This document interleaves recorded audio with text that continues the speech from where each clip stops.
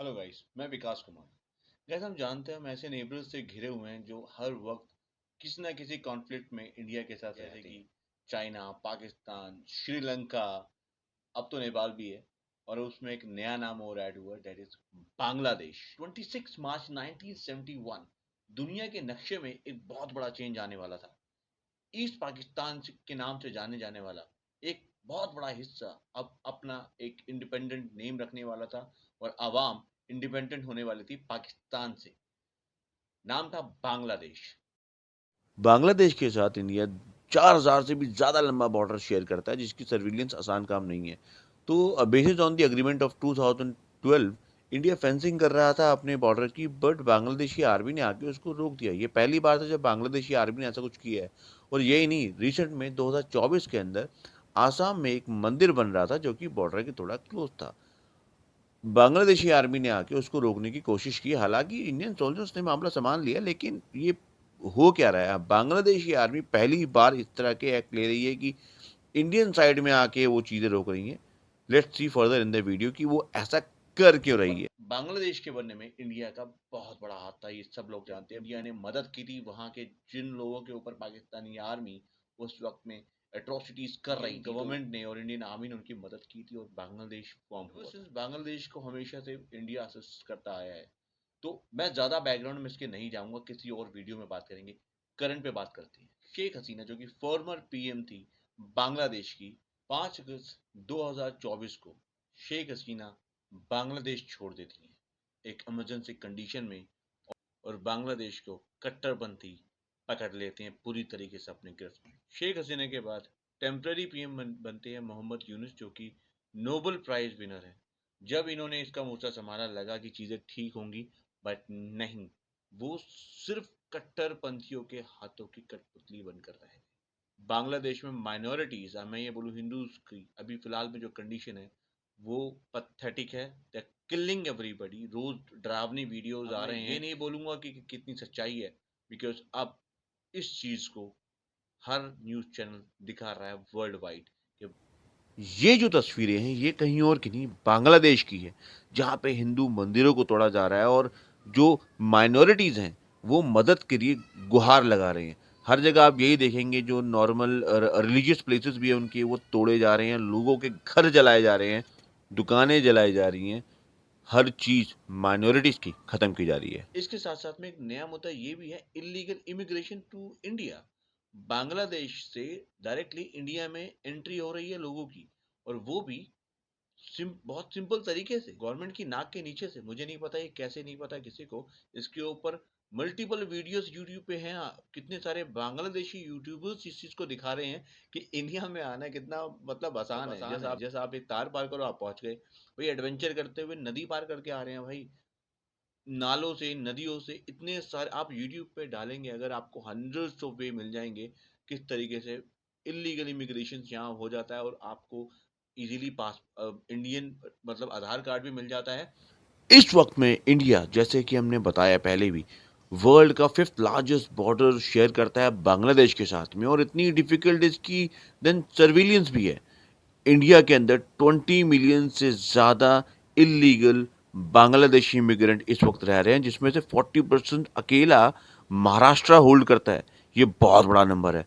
25% of these immigrants are involved in illegal ভিসা লাগবে activities না, और टेररिस्ट কোনো প্রকার एक्टिविटीज में भी इनका পাসপোর্ট नाम है লাগবে না, रिसेंटली। আমি এখন ভারতে ঢুকে যাব। देखा आपने, कितने आराम से बता रहे हैं कि किस तरीके से आप भारत में एंट्री ले सकते हो, नॉर्मल फेंसिंग को क्रॉस करके, जंगल के रास्ते से, पानी के रास्ते से, नालों के रास्ते से। ये इतना आसान है कि जैसे कि किसी की नाक के नीचे हो रहा हो, किसी को पता ही नहीं है। ये यूट्यूबर है फेमस वैसे बांग्लादेश के, और ऐसे कुछ और यूट्यूबर्स ने ऐसे वीडियोस डाले हुए हैं और इन वीडियोस पे मिलियंस व्यू हुए हैं, लेकिन अभी तक कोई एक्शन नहीं है। हुआ भी है तो मैं उसके बारे में अवेयर नहीं हूँ, तो मैं उसका कोई क्लेम नहीं करूँगा, लेकिन ऐसा भी होता दिख नहीं रहा जिस तरीके से रेगुलर बेसिस पे हमें वीडियोस आ रहे हैं बांग्लादेश से इलीगल इमिग्रेंट की बॉर्डर क्रॉस करने की।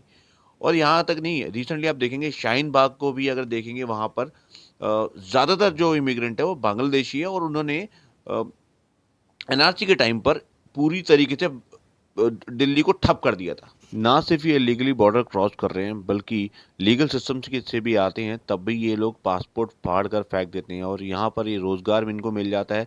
यहाँ पर पीएम आवास योजना के तहत इनको घर भी मिल जाता है। इस जैसे कि रिसेंटली हमने देहरादून में देखा, इलीगल बांग्लादेशी इमिग्रेंट को, जो कि जिनका नंबर था 4,000, उनको घर मिल गया है, वो भी रेलवे की ज़मीन के ऊपर।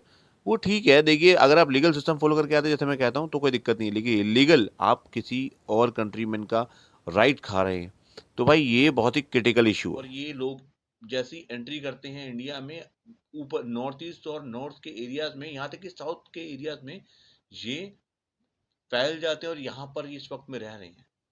बांग्लादेशियों का जो नाम है इस वक्त में इंडिया के अंदर, वो टॉप पर है क्राइम रेट में।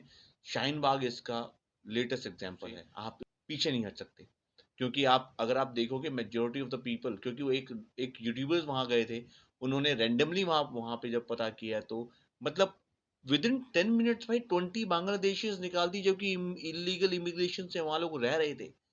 तो कैसे ये चीज किसी को पता नहीं है। और कमाल की बात यह है कि करंट गवर्नमेंट के मैनिफेस्टो में भी ये चीज थी इलीगल इमिग्रेशन की। ममता बनर्जी 2013 में रिजाइन मार दिया था, मार रही थी इलीगल इमिग्रेशन के ऊपर, वही कह रही है कि अगर आपको वहां दिक्कत है, हम आपको एंट्री देंगे। देखिए, इसका मतलब मैं ये नहीं कहता कि कोई हमारे देश में नहीं आ सकता। अगर आप लीगल सिस्टम फॉलो कीजिए, जो कि प्रोसेस हमारे देश का संविधान है उसको रिस्पेक्ट करते हुए आप एंट्री कीजिए, कोई प्रॉब्लम।